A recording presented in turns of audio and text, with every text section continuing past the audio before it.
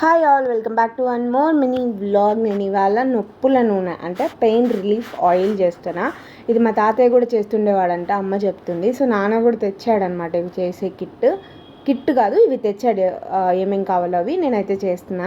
దానికోసం వచ్చేసి మెంతాల్, పచ్చకర్పూరం, వామ్ పువ్వు, ఇవి వచ్చేసి మూడు కూడా సేమ్ క్వాంటిటీ ఉండాలన్నమాట.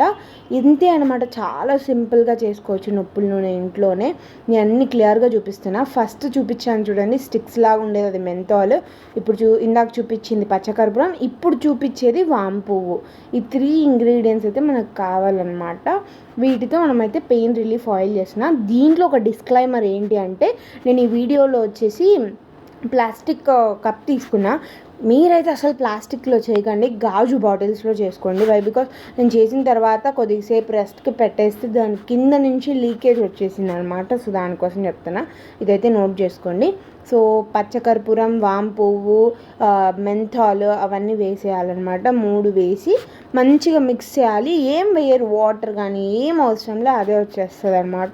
దాంట్లో నుంచే నీళ్ళు ఊడుతున్నాయి అనేసి చూపిస్తున్నా. మెయిన్ థింగ్, ప్లాస్టిక్ బాక్స్ అయితే అస్సలు పెట్టుకోకండి. ఇది ఒక్కటి గుర్తు పెట్టుకోండి, సరిపోతుంది, ఈజీగా చేసుకోవచ్చు. అండ్ ఇంకో థింగ్ ఏంటంటే, 3 కూడా సేమ్ క్వాంటిటీ ఉండాలి. తీసుకుంటే 3 50 గ్రామ్స్ తీసుకోవాలి, 3 100 గ్రామ్స్ తీసుకోవాలి. అట్లా క్వాంటిటీ సేమ్ మెయింటైన్ చేయాలన్నమాట. దీనికి ఆ టూర్ తెలుసుకుంటే సరిపోతుంది ఈజీగా. ఈ నొప్పులకు చాలా బాగా పనిచేస్తుందంట. సో అందుకోసమే నేను ఇంట్లో ట్రై చేసేసా. అందుకే మీకు ఒక క్లియర్ వీడియో ఉంటే మీకు కూడా అర్థమవుతుందని చెప్పేసి వీడియో తీసిన. ఆఫ్టర్ ఒక 2 minutesకే ఇలా కరగడం స్టార్ట్ అయిపోయి అలా వాటరీగా వచ్చేస్తుంది అనమాట ఇది. సో అలా కన్సిస్టెన్సీ అయితే చేంజ్ అయిపోతుంది. సో నాకైతే ఇది ఫ్రేగ్రెన్స్ అయితే మంచిగా నచ్చింది.